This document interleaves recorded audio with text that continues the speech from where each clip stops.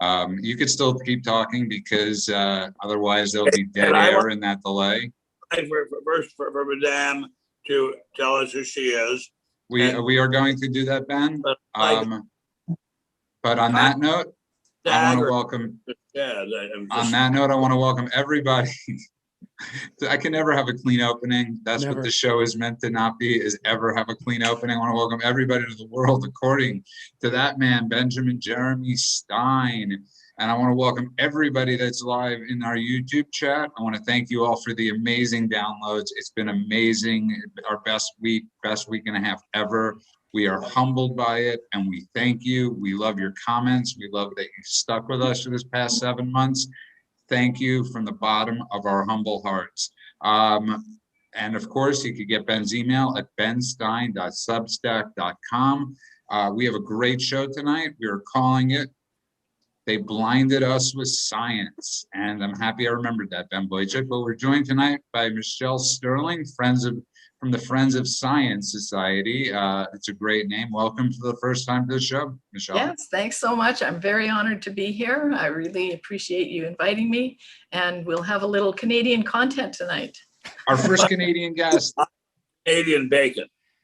Canadian bacon. Sadly, John Candy's last movie, the movie that he died making, no, that was Wagons East or something, but he did make Canadian bacon. But Michelle, just tell quickly people what Friends of Science is.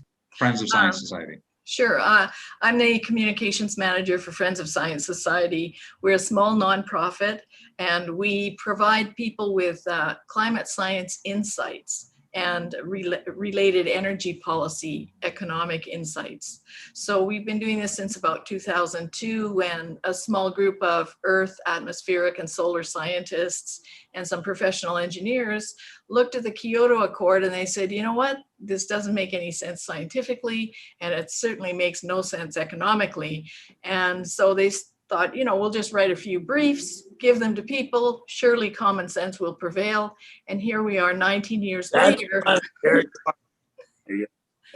one. Well, it didn't prevail. It's a common theme, Michelle, fighting. that we speak about on this show, that about, even though it's a good idea, it's never going to happen. Fairness doesn't exist. And of course, we're joined tonight by the man, the myth, the legend from Big Bear, Ben Boychuk from AM Greatness. As always, it's great. Your smile is needed so much on this show, Ben Boychuk. How are you, sir? Well, I can't help but smile, and I'm so happy to be back, and it's great to see everybody, and it's wonderful to make Michelle's acquaintance tonight. It is, and of course, the show would not be complete without writer, lover, former shoe salesman, saint, sinner, provocateur, attorney, economist, professor, teacher, lawyer, but of course, Dr. Benjamin Jeremy Stein. We salute you, sir. Still exhausted from my incredible, groundbreaking work separating conjoined triplets. You did amazingly well, Ben, and we are all proud of you. It hit it's been picked up by all the media outlets that you did that. But I want to get to you right away, Ben. In a year of science, with no data, in a year with math that doesn't add up, and in a year of statistics, Ben, I know that's not a word, Ben Boychuk, but I thought it sounded good. Ben Stein, we often talk about, and we'll bring this up obviously with Michelle, climate change, and we were talking before. Nobody thanks me for it, I might add. Nobody thanks you for anything, Ben. No, that's Ben, true. That's true. Ben, you have to lean in a little bit more, but I want to get into this thing. I know what's happening. Getting any light here. Jeff or somebody help me with some light over here. I have like 100 people here, and now you sound perfect. Ben, just stay right there. Don't move. We don't care about the light. We care about your beautiful voice. But I want to get into this thing about climate change, Ben, because we were talking before the show how we believe it, sort of beta testing and this whole thing with climate change and all this jazz that's been going on with it for God knows how many years. If we would have listened to them, the world would be frozen. The world would be sweltering in 300-degree weather, and the world would be just done. And I believe, in a sense, scientists, it's so hard to push back against scientists, and that's the way they've trained us. Well, wait. That's because you are setting up a false, what's the word? A false dialectic. We hardly even ever know what science is. I mean, science is essentially a translation of the word knowing, and we hardly ever know what is real and what is not. The princess and the prince discuss what's real and what is not. It doesn't matter inside the gates of Eden. Beautifully said, Ben Stein. And Michelle, tell us about a little bit about climate change. With your organization, you brought up with eugenics before the show, which I was completely unaware of. And please have at it. Okay, well, one of the interesting things about the tragic lockdown year of COVID and the very questionable shifting sand of science behind it is that it's all based on models. Like, we just did a video a couple of weeks ago about how the COVID lockdown came from Professor Lockdown's crazy climate models. And it turns out he's a theoretical physicist. He's got no courses in epidemiology, no courses in computer modeling, and he never took even high school level biology. But he created this model that claimed that, millions of people would die, and this kind of led to the lockdown. Now, interestingly enough, his girlfriend is a real climate cultist, if you like. And the climate people see the COVID lockdown as some kind of victory. I don't know if you saw it, but the World Economic Forum had posted a little video saying how wonderful the lockdowns were. Cities were improving because, seismologists could measure tiny seismic activity now that nobody was doing anything, and people could skateboard around the city. People's lives are being lost. Their futures are ruined. Small businesses are shutting down. People are popping off on opioids, and these idiots, claim that this is an improvement. So, when you look at the roots of climate change, it actually came up about the time that eugenics was outlawed, and most of the eugenics laws were lost. And I came across this correlation in an item by Michael Crichton, and it's on his website. And he talks about, is it possible that you could have science that goes on for decades that's completely wrong? And as you're reading it, you're thinking, oh, he must be talking about climate change. Well, no, he was talking about eugenics and how it reigned for 40, 50 years. And it was very popular on both sides of the Atlantic. Go ahead. No longer than that, Doctor. Because it was very popular in the United States of America as a way of controlling the African American, or as we called them at that time, in those horrible United States Negro population. And of course, it was the basis for Adolf Hitler's Nazism and National Socialism, and was picked up very, very much, even by very, very famous English writers and scientists, including H.G. Wells and, of course, Darwin, the ultimate eugenicist. Right. I am learning a lot so far. Sorry, go ahead, Michelle, and then we'll get to Ben Boycher. Even before World War II and the Holocaust, in Germany, of course, was in a tremendous depression, and money was worth nothing. So any people who were considered to be feeble-minded or ill or disabled in some way where the state had to take care of them, they were actually doing economic calculations of, well, why don't we just get rid of them? And they actually had these little mobile vans going around to places, interviewing a subject and then popping them off. In Michael Crichton's article, he says that they had facilities where people were interviewed and then they were walked out the back door and gassed with carbon monoxide. So this was happening, I believe, in the 1920s, so long before the Shoah. So it's, it's horrible to think that any civilized society would think that that was acceptable, but it was. And when you see what's happening now with the climate change movement being overjoyed that we had an 8% reduction this past COVID year of emissions, although CO2 concentration continued to rise naturally, but we had this 8% reduction. The UNEP is actually forecasting climate lockdowns and saying we should have lockdowns so that we can have 7.8% reductions every year for the next decade. Quickly, what is the UNEP? And then I want Ben Boychuk to jump in. The United Nations Environment Program. Sounds like a great party, Ben Boychuk.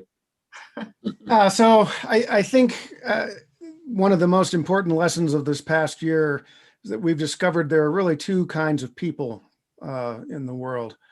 One professes to, quote, believe in the science, and the other type of person understands that science is not something that you can believe in. Science is a method. Science is not a religion. Right. And so, and it's been kind of interesting to see who has kind of ended up in which camp, right? Because there seems to be a terrible dearth of skepticism. Yes. Among people who profess to believe in science. It seems as though there are just an awful lot of people who are willing to take whatever the latest pronouncement is from the dais, whether it's Anthony Fauci or some other expert from the Centers for Disease Control. And now we see that, maybe taking a lot of this stuff on faith is not such a good idea. Well, and also the fear factor, people were terrified into it and then not really allowed to question it or to say, well, shall we have some kind of middle ground here? And a fellow named Professor Douglas Allen, I believe it is, out of UBC, assessed 80 different papers. And he found that the harm from lockdowns is about 282 times the benefit of the lockdowns. The lockdown should have been far more selective and less damaging to the economy overall, and certainly less damaging to all the poor little people. It's done a number on an entire generation of students in the United States, certainly, and elsewhere, where at least a year of semi-decent schooling has been lost. I mean, it's a funny thing. We think about this in terms of our education system, which is not all that great. And then you think about this grand experiment in online learning, which, can work well for some people, but obviously not everyone. And so we embarked on this experiment. And as a result, not only have kids really lost the better part of a whole year, maybe in some cases over a year of schooling, but probably more than that because of all the makeup work that's going to need to be done, all the skills that have atrophied over time. My daughter did reasonably well doing the online learning, but I know a lot of people who just had a terrible, terrible time with it. And it's very bad for them, both intellectually and psychologically. I see Ben Stein wanting to jump in. Go for it, Ben Stein. Well, with the greatest respect to our friend from Canada, I am something of a student of the German eugenics program, and actually have been to some of their the Nazis' eugenics centers, including Hadamar, one of those horrible ones of the T3 program. And I think, with the greatest respect to you, Doctor, I don't think those stories about people being gassed in the back of vans during the Weimar Republic are true. I think that didn't start until the Nazi era. But if it is true, I would be extremely grateful to see whatever data you're relying on. How you calculate the benefits and harm from lockdowns is an incredibly complicated question. But I think the doctor actually is being far too modest, because she is depriving us of the fact of her knowledge about the fake science involved in environmental cleanups and environmental lockdowns having to do with petroleum products. I mean, that there is really an extremely bad example of phony science harming human beings in the right here and now, and creating gigantic super problems to come down the pike. I mean, yes, we're cutting down on petroleum emissions. We're cutting down on petroleum production in the United States of America. This leaves us much more vulnerable to Russia in terms of oil exports. It leaves us much more in need of nuclear power, which is going to be a real catastrophe somewhere down the road, because that stuff does not go stale for about 50,000 years. It's moldering in the ground like John Brown's body, and it's going to cause us some real serious problems down the road. And the idea that we stopped burning gasoline, which the harm from which is extremely trivial as far as we know, in order to use nuclear power, is just almost unbelievably stupid. And I'll go farther and say something that Mr. Trump used to say, and of course, the fact that Mr. Trump used to say it, must mean it's wrong, which is, why are we shutting down large portions of our industry in the USA and Canada when the Chinese and the Indians are building more and more coal-fired plants every week and every month, and they're the real creators of carbon pollution? What's going on here? Why are we torturing ourselves and our our oil field and gas field workers in order to accomplish absolutely nothing on the global scale in terms of saving us from carbon pollution? And also, we don't even know if carbon pollution has anything to do with causing global warming or global cooling. And we don't even know if there's been global warming or global cooling.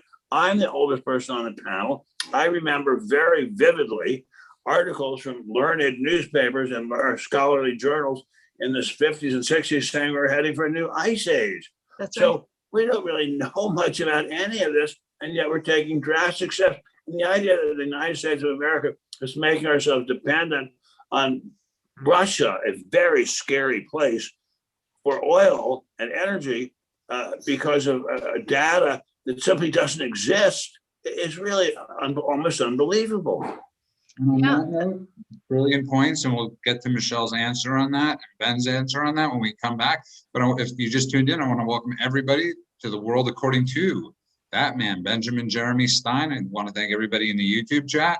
I am reading your comments. If you have any questions, feel free to ask. And I remind everybody to download our podcast wherever podcasts are downloadable, and also get Ben's email, benstein.substack.com.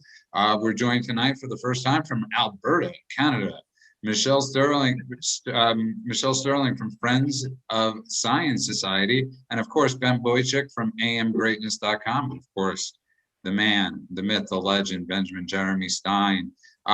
Michelle, Ben brought up a lot of points, but I Wikipedia'd your page. I encourage everybody to go to Friends of Science. It's friendsofscience.org.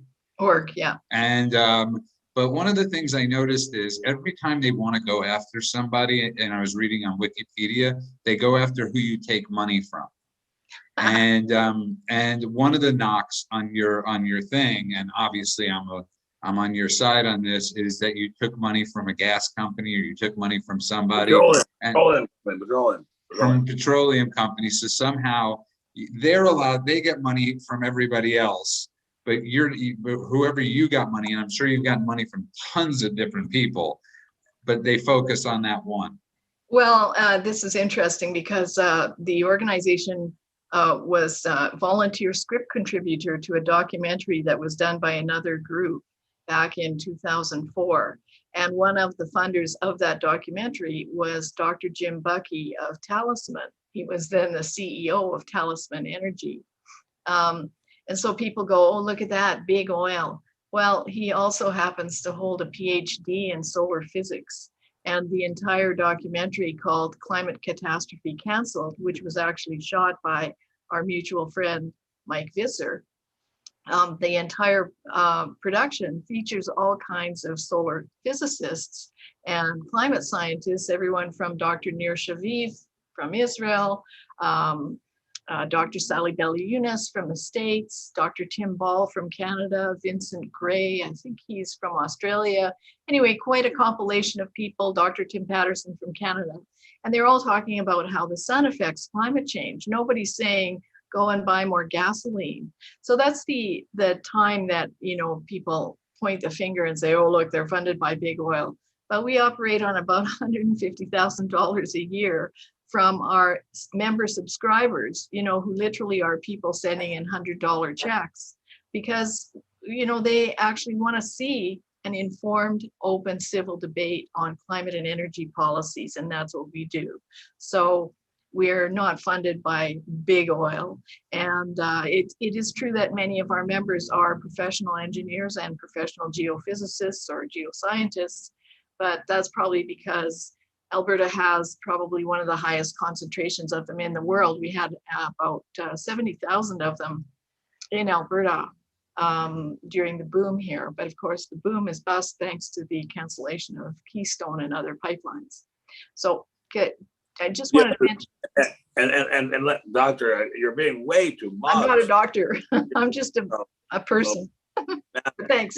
You're being far too modest because, of course, by virtue of canceling the pipeline, by virtue of cracking down on fracking, we are being made so much more vulnerable to blackmail and extortion by the same countries that are even now hacking our meat supply, hacking our supplies of oil and gas.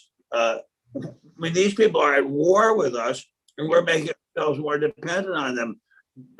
Hey, wake up. I mean, wake up. These people are not our pals. Yeah, it's a green trade war. Robert Lyman is a former public servant in Canada, 27 years with the federal government. He was a diplomat for many years, partly in Washington and also in Caracas, Venezuela. And he writes a number of policy documents for us.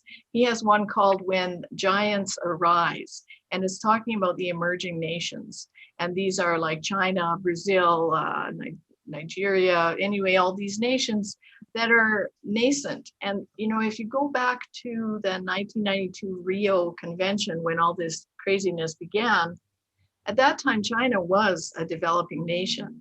And they made an exclusion where the Western nations that were developed would be paying into $100 billion a year, no accountability fund called the Green Climate Fund that would help these developing nations. Well, you know, maybe that made sense in 92, maybe it made sense in 95, but China is now challenging the US. It's right on the US tail. And India is just booming ahead. Like India is going to be the #1 emitter very soon. And why shouldn't they develop their countries? They're not going to listen to anything we have. And our demographics in the West, 15% of the population of the earth. South Asia, 60%.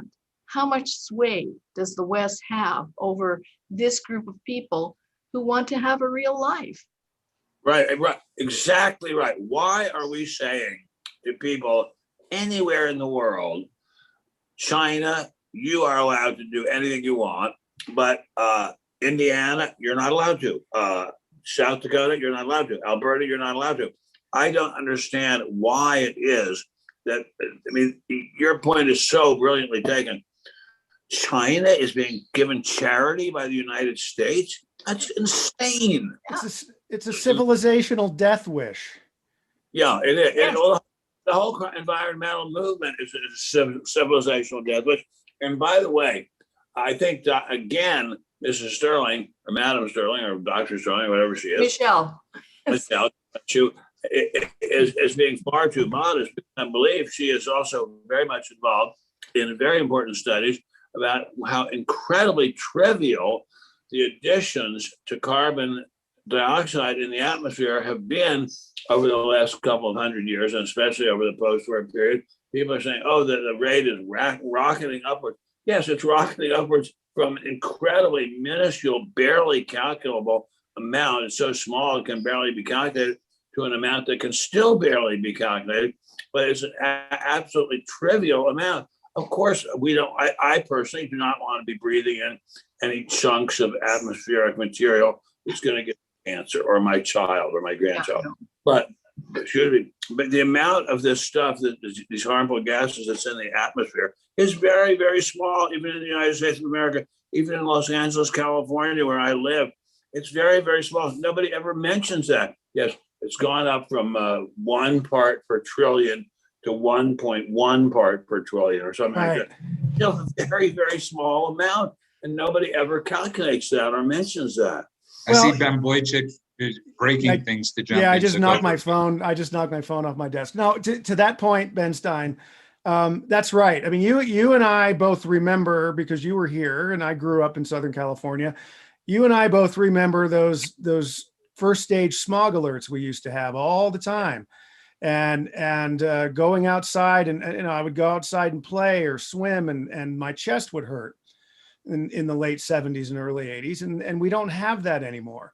And that's great stuff, but that has nothing to do with global warming. Right. But and the thing is, when we argue now about growth and development in Southern California, for example, but anywhere really in the United States, but California is very, very pernicious in this regard. We're talking about microparticles that are so small, and we're talking about subsets of populations that might have asthma problems, but it's not nearly on the scale that it was 40 or 45 years ago. But this is the way that the thing has changed. The way the debate has shifted is that, we're really talking about very, very tiny slices of a problem that used to be something else entirely. And God bless the people who are responsible for helping us make a cleaner world. And I grew up in Silver Spring, Maryland, where Rachel Carson was from. And every time I see a clean street or a clean sidewalk, I think of her and the fact that she did such important work on telling us to clean up our act. God bless her. Silent Spring, great stuff. But what we are at a point where we are torturing ourselves and turning ourselves in knots in order to solve problems that are not really even problems as far as we know. And the fact, I have a tiny little bit of a statistician, it's just the tiniest little bit. And I just don't understand why it is that someone doesn't step in and say, you are talking about scientific problems that simply don't exist. Well, Michelle could actually speak to that, because they put out videos that have been banned. Yeah. Sorry, Michelle. Yes, well, just speaking out to this particular issue, people always conflate environmental pollution and toxins like PM 2.5 and other noxious emissions like mercury. They conflate it with climate change and global warming, which is induced by according to the theory, by carbon dioxide. Now, carbon dioxide is harmless. It's beneficial, actually. And NASA has research showing that the carbon dioxide fertilization, it's called, is actually greening the earth. But people have conflated pollution because they call it carbon pollution. Well, carbon is actually soot. And, it's not good to breathe in soot, but that's not what we're talking about when they say carbon pollution. They're talking about carbon dioxide. And originally the theory was that carbon dioxide had what they call a residency period in the atmosphere, that it would, once emitted from human activity, it would remain there for thousands of years. And this is where they came up with the whole blanket covering the earth and more blankets of carbon dioxide, right? But Dr. Ian Clark at the University of Ottawa has shown in the lab that carbon dioxide residency is 4 to 5 years. And of course, as you pointed out, most of the carbon dioxide in the atmosphere comes from nature. It comes from the oceans. They degas carbon dioxide when they warm, and it comes from the soil. When we cultivate it, the soil emits carbon dioxide naturally, and when plants die in the fall, they emit carbon dioxide naturally, and it's all part of the big, larger carbon cycle, parts of which are very, very slow. Like ocean turnover cycles are something like 3,000 years. So, there's so many things that we don't know, we don't have the data for. It's absurd to think that people can go, look, there's only one thing in the whole complex system of climate, and that's carbon dioxide. And if we tax it, the weather will change. But what is the common denominator of all these things, of COVID, of carbon dioxide control and pollution control and so forth, is that it gives human beings control over other human beings. Mm-hmm. And the real goal of all of these movements is to give some group of pointy-headed intellectuals, and I am one myself, control over other people, and that's the real goal of it. I mean, we don't see the heads of General Motors or the heads of ExxonMobil trying to control other people, but we find people at Harvard and MIT trying to control other people. Why is it that the so-called intellectuals are always trying to control other people? A lot of harm has come to human beings from eggheads trying to control other people. Let's try to put a stop to that. Let's say the goal is to have the least possible control by one group of human beings of other groups of human beings. Okay, and I have to be honest, I am absolutely fascinated by the show tonight, Ben Boychuk and everybody else on board. I'm learning a lot. And Ben, is there a wheelhouse you are not comfortable with talking about, Ben Stein? I don't know what that is, but you are like the... I know almost, as you know very well, I know almost nothing about modern music. I know almost nothing about modern sport. So there you are. And on that note, if you just tuned in, you are listening to The World According to Ben Stein, and we're discussing stuff tonight that you will not hear anywhere else. And I can promise you that this is conversations that most Americans, most people in the civilized world are not aware are happening. You're not allowed to have them. You're not allowed to have them. I mean, you're not allowed to have them. And it's frightening. But on that note, I want to welcome everybody that's been in the chat. I am reading your messages. Some of them are quite funny. We cannot... somebody suggested moving the sun or blocking the sun. It was really funny. I want to thank everybody that's been downloading the podcast. Remember, you can get them everywhere podcasts are downloadable. We have some exciting news coming up soon with the website we're in the process of building. It's very exciting. It's taking a lot of time, but it's going to be very user-friendly to our fan base. So that way you could have your own forum within our forum. But I also want to remind people to get Ben Stein's email, benstein.substack.com.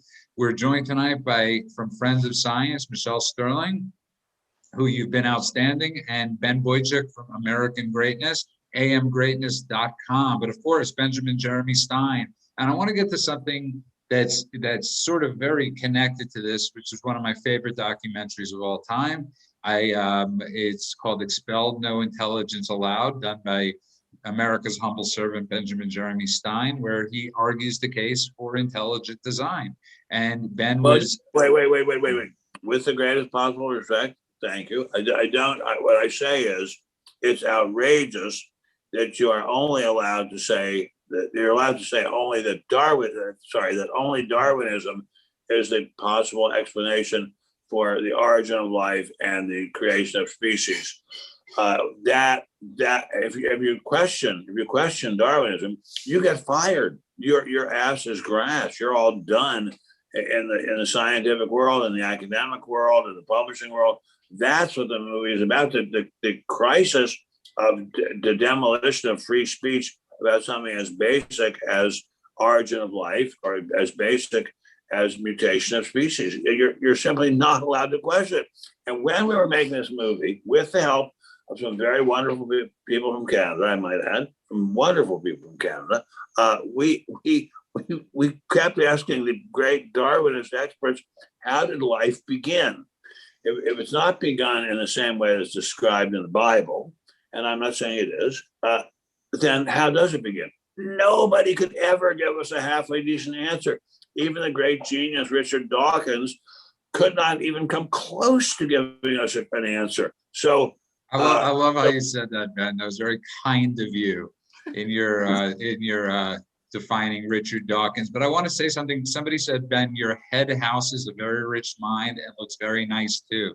We need more Ben Steins. Nicest compliment of the night. But Michelle, the point I was trying to go with it also with Ben's movie and Ben Boychuk was, you have these scientists who nobody fact checks. They're sort of allowed to say and do as they please in our world, and nobody questions the science. We're in this constant thing of, and I was talking with Ben Boychuk before the show. We have scientists now, right, who with gender. And boys aren't girls and girls aren't boys and all this stuff. Wait a minute. Boys will be boys and girls. No, boys will be girls and girls will be boys. It's a mixed up world, all confused. But for my Lola, we're on the same page. But Michelle, it's sort of frightening, and this is why places like you are great, because you're challenging this notion that anything they say. For a year and a half, we've been in a situation where they're scientists. You can't argue with the science. Mm-hmm. Well, we did a live show with Donna Laframboise, who's a former VP of the Civil Liberties Association and also a journalist and author of a book about the IPCC. And her presentation was all about how climate activism has been undermining free speech, free choice, and free thought for 40 years. And she goes through quite methodically and shows how this is true. So it's kind of, you know, a culmination of that really is the COVID lockdown acceptance and fear, because once you have 40 years of climate trauma on your head and then you add a pandemic to it, of course, people will be terrified and compliant. And nobody wants to lose their job by saying, hey, can we have a discussion about this? So that's one thing. And the other thing that we have a group called Clintel in Europe, which is a group of almost 1,000 international scientists and scholars. They put out a press release when Greta was at the UN giving her "How dare you" speech. And they said, look, we disagree with this whole climate emergency. There's no climate emergency. So our organization got the press release. We sent it to 500 media outlets. Nobody picked it up. I was furious. So I thought, well, you know, we have our own YouTube channel. I'll just read it. So I read it, and it ended up getting like 700,000 views. Just like, boom, it really took off. Great. And then Facebook started censoring it. I don't doubt. Well, how dare you, Michelle? How dare you? I dare. How dare you? You know, something you said a minute ago, Judah, made me think, you know, you can't question not that you can't question the scientists, you can't question the priests. Right. You can't question the dogma. Yeah, the dogma, that's right. Our new religion is fake science. We have Marxism. I mean, it's really interesting. The last 2 centuries have seen the explosion of fake science that has caused the deaths of hundreds of millions of innocent people.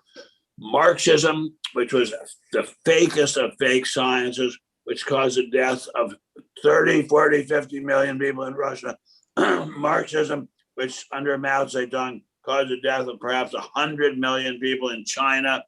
National Socialism, which was a very evil and variant of something in itself very evil, namely socialism, caused the deaths of tens of millions of people. All of these things were supposedly science. And when I was making this, along with very, very, very, very much smarter people, and I was making this movie, Expelled, people said to me, but it's science, it's science, it's science. And I would say, you know, the last time people like me, Jews, saw scientists, the scientists were pointing to the gas chamber and say, you go to the gas chamber because you're not human. You're tuberculosis bacillus walking on 2 legs. That's what I've seen science be. I've got a great piece running tonight for tomorrow on American Greatness by a writer named Jay Wigg, which is not his real name. And the title of the piece is The Island of Dr. Fauci, which is kind of playing on the island of Dr. Moreau. But the salient takeaway from the piece is, if we learned anything at all from the 20th century, it's that you do not trust scientists who are either in politics or adjacent to it. Yes. Right. Absolutely right. Absolutely right. Or are getting huge amounts of kudos, or however that's pronounced, from this political community. I mean, Right. Germany was considered the most intellectually advanced country in the world when the Nazis took over. And even after Hitler took over, many people thought the Nazis were quite intellectually advanced. It turned out to be a total catastrophe. Stalin, the wave of the future. Lenin, the wave of the future. Mao Zedong, the wave of the future. All based on the science of human development. All history is a history of class struggle. That's science. No, that's nonsense. That's crap. That's murderous crap. And I might add, I'll say it again, I don't see the top dogs at ExxonMobil or I don't know what the other gas companies are called nowadays, frankly, but Arco or whatever, they're killing people by the millions for any reason whatsoever. I don't see that. And why is it that we, Bob, please don't make any more noise, I beg you. I don't see that. I don't see that at all coming from business. I only see it coming from politics and science. Did you? And I want to bring up something quickly to everybody. We're in this mess because of science. And somebody brought in the chat a point that brought up to Ben the other night, Ben Stein, which is Fauci, and there's all these people that are doing this gene stuff. That are the virology labs are very Mangala-esque, and we're in this mess, Ben, because of science. Absolutely, absolutely. Science, though. Which I'm surprised with science. No, Ben Stein. Yeah, but no, go ahead. Sorry, but it's not really science. It's scientism. It's not science. That's right. It's scientism. Yeah. Scientism, very good. Scientism, that's right. Very, very well put. And we don't see the lies of fake science, which you so rightly called scientism. That's exactly right. I have to say, it all reminds me of something Judah and I often discuss, which is to say data versus anecdote. I mean, anecdote is, hey, look at this. So-and-so says that his son died, God forbid, from breathing polluted air because he worked next to an oil pump. Data says how many people in the whole world died of that? Almost none. Yeah, right. Well, as you were talking about historical past, it's interesting to note that Deutsche Bank has actually put out a document for rebuilding in which they are proposing that we have an eco-dictatorship. Oh my God. Yes, an eco-dictatorship, because they're saying, well, what if somebody doesn't want to do net zero renovations at their home? How can we make them do it? So, this is the thinking of these people. And it's important for people to understand that a lot of the climate change movement tenets are deeply, deeply rooted in Nazi theology or Nazi ideology. I have about 5 books here called, the roots of how green were the Nazis, Nazi ecology. I've got books all over the place on it. And the same with Lysenko, which caused the deaths of millions of people in Darling. People don't know who Lysenko was. Tell them who Lysenko was. Oh, Trofim Lysenko was kind of the pet agrologist of the Stalin. Yeah. And he thought that you could do strange things to plants, and then the next generation of plants would turn out that way, like clip off all the leaves, and the next plant would not have leaves.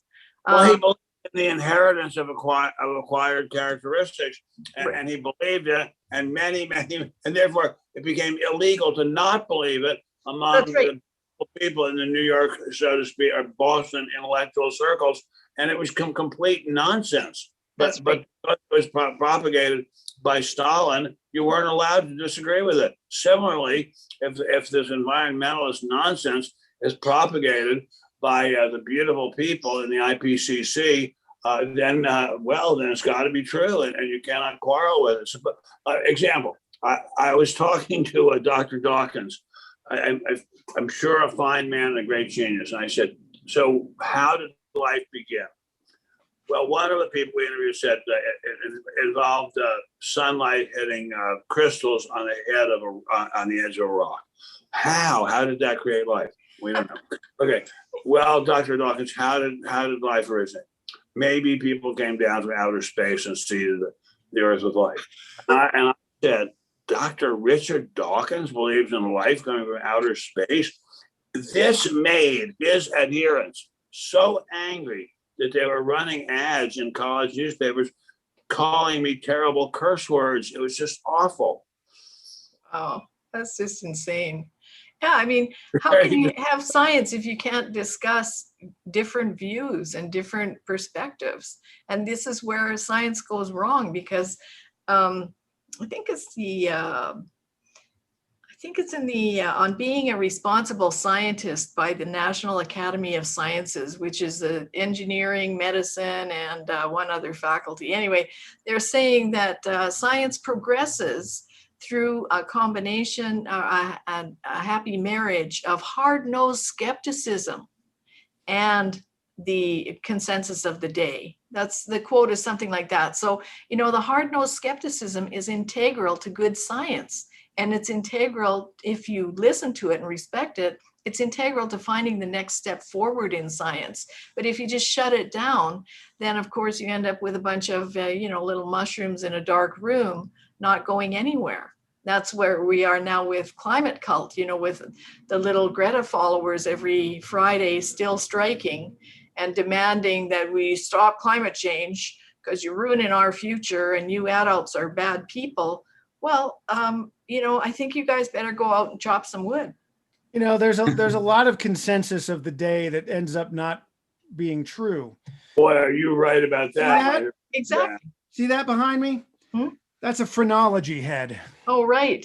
And phrenology was a big deal in the 19th century. The idea was you could measure somebody's skull and get some sense of who they are, as a person, and learn something about their character. Mm-hmm. It was Wojciech, my friend. It was phrenology. It was very much believed in up until the 1920s. Right. Yes. No, that's right. I'm giving the shorthand version, Ben Stein.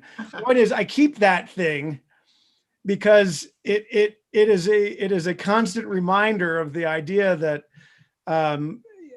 there's science, and then there is whatever fad of the day that passes under the aegis of science. Mm-hmm. And the same thing with tectonic plates was another one, right? Tectonic plates until the beginning of the 20th century, no credible geologist believed in the idea of tectonic plates until it was impossible to ignore. Right. And so it is always, oh, well, geez, my goodness, we were still doing bloodletting until the end of the 19th century into the early 20th century too. Mm-hmm. So this stuff, I just, my takeaway from the past year was, I've got several good friends who love to say to me, I believe in the science. And I just say, that's very funny. That's what's the movie, Judah? You're a great expert on movies, and my friend. Definitely not this subject. So please, what? There's a movie where the guy says, that's a good one. That's a good one. And I think, remember, what is the movie where the guy is saying, that's a good one. That's a good one. But anyway, that's a good one. There's the science. We don't know where the damn science is. We do not know where the science is. I mean, look, the British thought that they could win World War II against the Nazis by precise bombing of industrial plants in the Ruhr Valley. That turned out not to be even close to true. The American 8th Air Force came along and said, we have this thing called the Norden bomb site. Our best scientists worked it out. We can drop a bomb into a pickle barrel from 30,000 feet. It didn't come even within miles of the pickle barrel. Science is largely a fraud. Not entirely, obviously not entirely. I'm sitting here talking on the internet. I've got an electric light here. I've got delicious orange juice here. I have a phone here. But a lot of science is just nonsense. So you mean when they say follow the science, it's we probably should not always follow the science. Yes. No, follow the science, but don't imbue mystical significance in a thing. Well, and check it, because Roger Pielke Jr. and Justin Ritchie have done a lot of work on what's called the RCP 8.5. And I think about 4 years ago, Roger Pielke Jr., who is a climate policy analyst and sports analyst at University of Colorado, he's written quite a few books. He's tracked insurance rates and catastrophes for many years. He's a very respected scholar. But he found that all of the catastrophe papers cited this one scenario called RCP 8.5, which is like the most extreme, least likely. So he recently wrote a blog post called The Unstoppable Momentum of Outdated Science. And he found that most of the climate scientists are going back to the original thinking of climate theory. They're not adjusting it. They're all using this RCP 8.5, and they're all going way down the wrong path. And in the opening of the thing, he starts talking about how common this is in science. He talks about how they were doing breast cancer research. There's something like 17,000 papers that have been written about breast cancer research using this one cell line. but it turned out that the cell line was not breast tissue, it was skin cell tissue. And they're still publishing papers using the wrong cell, the wrong information. Well, follow the science indeed. And as I say, as Jews, Judah and I have seen where the science can lead us. Yes, And, exactly so. And on that note, if you just tuned in, you are listening to The World According to that man, Benjamin Jeremy Stein. I am reading your comments. I am learning a lot. I'm going to have to write notes on the show after, just so I can do some studying, especially on chronology. So thank you, Ben Boychuk, and everybody else. I probably give. It'll take me 6 hours to dictate it into my phone so I can get a definition of it. But we are learning a lot tonight. I want to welcome everybody to this world. This is Ben Stein. This is what we get. We get teachings and lessons. And I want to thank Michelle. We're not leaving just yet. But I want to remind everybody to please download our podcast, give that 5-star review. It's really helpful. We've been so blessed with the downloads. It's been amazing. But I want to get something to, because people use words now, especially in the conservative base, that they never, in their wildest dreams, they never thought would have come from certain people. And one of them is the Great Reset. And I saw somebody make that comment in the comment section. Be back in a second. And Ben Boychuk, you have a piece that was by Victor David Hansen today. Victor Davis Hansen today, yeah. So the lead piece at American Greatness today is Victor's, it's actually his syndicated column, which comes through us now. And the headline on it is "Never Let a Plague Go to Waste." And it's a nice, concise sort of review of the past year and how it was that,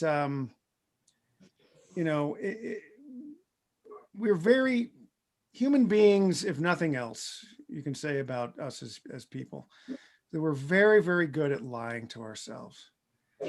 And we're very, very good at wanting to defer to expertise. And it would have been something, think back to the uncertainty of a year ago March, where, even Donald Trump came out and said, we might need a couple of weeks to bring this thing under control. Mm-hmm. Right. And people were willing to do that. People were willing to say, okay, 15 days to stop the spread. All right. That's reasonable. Mm-hmm. But then it got extended and, further and further and further out, and contradictory statements and things that didn't maybe make a lot of sense. And then people started to question whether or not this was what it was being presented as, and those questions were being tamped down. And so all of a sudden you kind of go, okay, I'm willing to go so far, but not too much farther than this. Mm-hmm. And so maybe the best possible thing that could have come out of this disaster, and what a disaster it's been, maybe the best thing that can come out of it is for a critical mass of Americans anyway, say, we're going to need to see some documentation on this. Mm-hmm. And we're going to need to have that independently checked. But I suspect that there's still a lot of people who will go, yeah, no, Fauci, man, he had it right on the money. But he had it right on the money with time. But anyway, what we've learned from this, the one thing we have learned from this, my dear friend Ben Boychuk and Madam, and also Judah, is the government can do a certain amount of beta testing on us. They can push us around and push us around and push us around, and people will give into it. I mean, it's incredible. People will give in to being pushed around on a scale that I would not have thought possible. I mean, I live part of the week in Malibu, California. Okay, Malibu, California. Oh, hippie free spirits, and rich too, so they can do anything they want. But no, that's the strictest place in terms of wearing a mask, in terms of yelling at you if you're not wearing a mask from the instant you come anywhere near the door. The ability of the government to scare people and then push them around is just terrifying.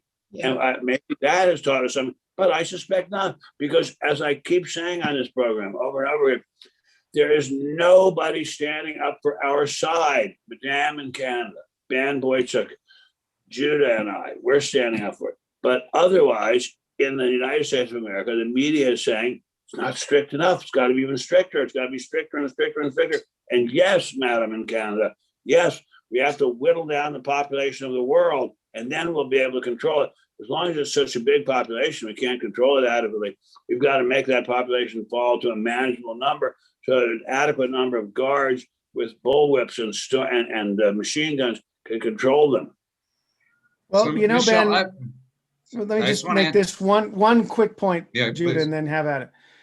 By one school of thought, Ben Stein, you and I are going to be dead inside of a year because we got the jab, and Judah too. So, which goes to Canada has Yeah. had tremendously bad rollouts with the jab. So to the people in Canada, I'm not saying whether to get it or not, the jab, because since you've had such a slow rollout. Amazingly, Michelle, everybody loves to use Canada and socialized medicine as this great, as the great hope. You guys haven't been able to get your acts together. The rollout in Canada has been horrible with the vaccinations. Yeah, well, I'm not too much in depth on that aspect, other than to say that at the beginning, for some crazy reason, Canada was supposedly making a deal with China to receive the Sinopec vax. And then suddenly that deal was canceled. Now, you probably know that a couple of our people are being held hostage in China. And we also have Meng Jiawei here in Canada, who the daughter of the Huawei executive, who is the CFO. So we're holding her on an extradition charge that the US wants. So, you know, there's some very complicated China-Canada politics going on. And of course, a number of the major companies in Canada out of the East are deeply embedded in China, like McCain Foods is one. The Canadian pension plan has a lot of investments in China, if you can believe it. So, you know, we're a very compromised country, and we made this deal with them for the vax that they were supposed to produce. And then they said, no, we're not going to give it to you. There was some cancellation. Wait a second. The CODIO, Mr. Biden, has said that he's sending 70 million doses of the vaccine overseas. Why does Canada's our best friend? Why don't we send them to Canada? Because he doesn't realize they're overseas. We're not overseas. There's no sea between us. It's just the largest unmarked border in the world. He takes overseas literally, if he takes anything at all. But well, I want to know.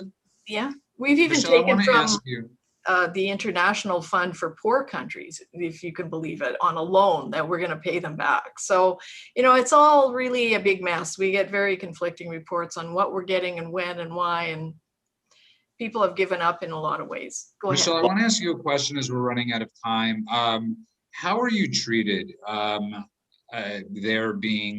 these views? Are you, and I'm being honest when I ask this question, do people fight with you? Are you allowed to go outside and have these views, or are you berated and try to be beaten into submission?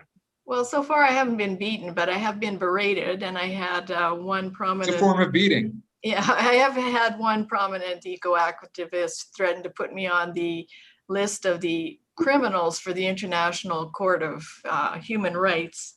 But I just continue to tell people that we need to have open civil debate, and no one has to agree with us, but let's discuss it, and let's have full cost benefit analysis of these proposed policies. Let's have a reality check on them all.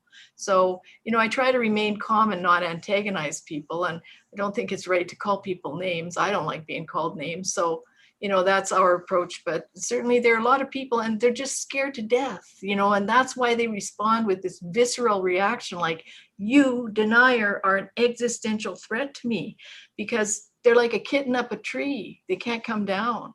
So that's the challenge. It's a very severe challenge indeed. And I do get even people coming up to me in lines at the grocery store saying, oh, there's that right winger who doesn't believe in climate change. I don't know what to say then, except God bless you. That's all I said. God bless you.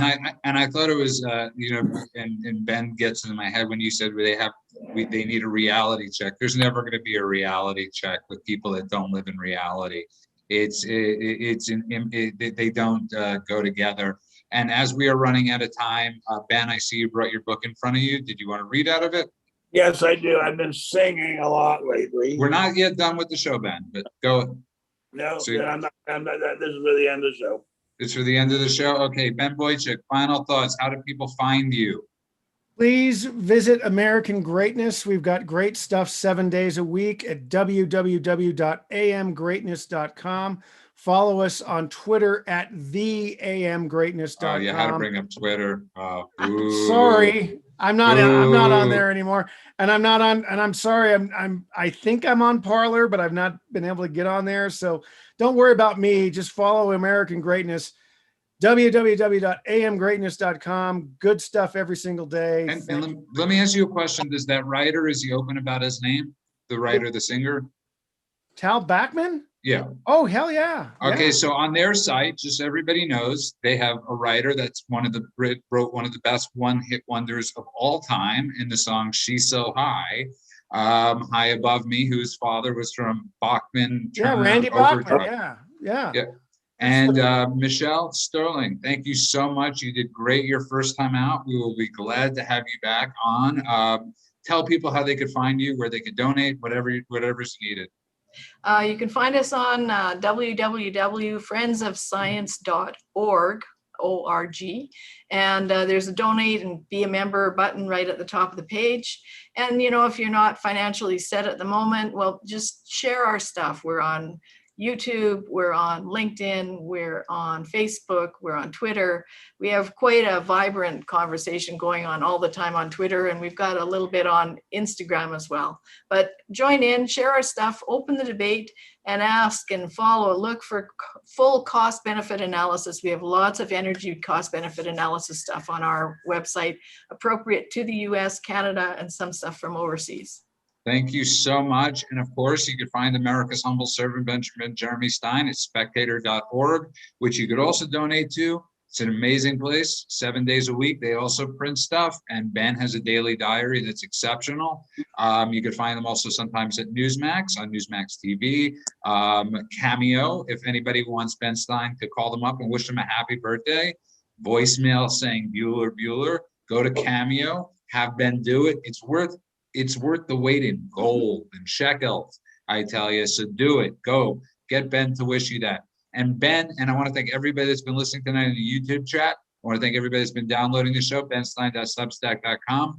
Ben, you got to read us up. You also have to sing us out, because it's just not the same without it. So. All right. I'm not going to. And Ben, can I say something in honor of Canada tonight? I think you should sing us out to the legendary The Dylan of Canada, and which would be Gordon Lightfoot. But if you could read us out. That would be Mr. Cohen, I believe. No, they actually call. Absolutely, he's absolutely right about that. No. I've read that they say that I've seen. I didn't make that up. I'm not a huge Gordon Lightfoot fan. But anyways, how is Leonard Cohen not the Dylan of Canada? Oh, for Christ's sake! Of course it's Cohen. Of course it is. Okay, Overruled, Judah. I've got no horse in this race. Ben, go.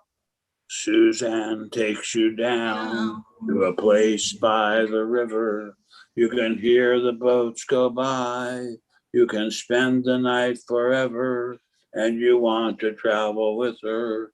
I forget the rest of it, but it's a great, great song. It's a super great song. Big Wifey and I, the world's finest human being, listen to it a lot at our house in North Idaho. That was perfect. Well said. Thank you all. Have a great night. We'll see you Saturday night. Have a great couple days, everybody. Thank you, everybody. Have a good night. We salute you, America's humble servant.